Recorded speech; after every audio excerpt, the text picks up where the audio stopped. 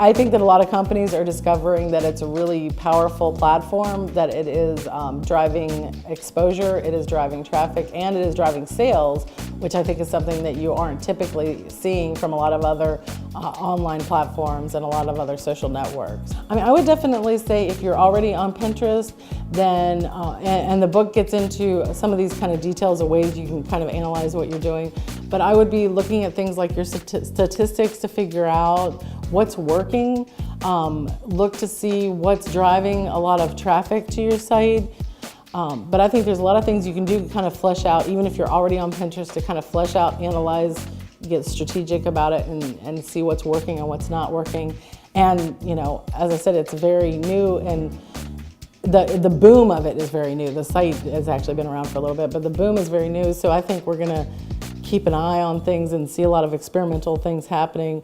But another tip that I give is actually signing up for a Google alert for Pinterest, the term Pinterest, so you can keep an eye on the news and what's being said about the site. Because it's new, there's just some interesting things coming out about it, and there's people doing interesting things that you can kind of keep an eye on. I would imagine, you know, for reading the book, I think that you could be anywhere from, you know, a sole proprietor who's a blogger or a small business, all the way up to somebody who's the social media manager for a major brand. And throughout the book, kind of try to address all of the, you know, the approach isn't really all that dramatically different. There are some sections where we talk about who handles your Pinterest account. And, you know, for example, if you're an artist, you're probably handling it yourself and you don't have a team of people who are going to handle it.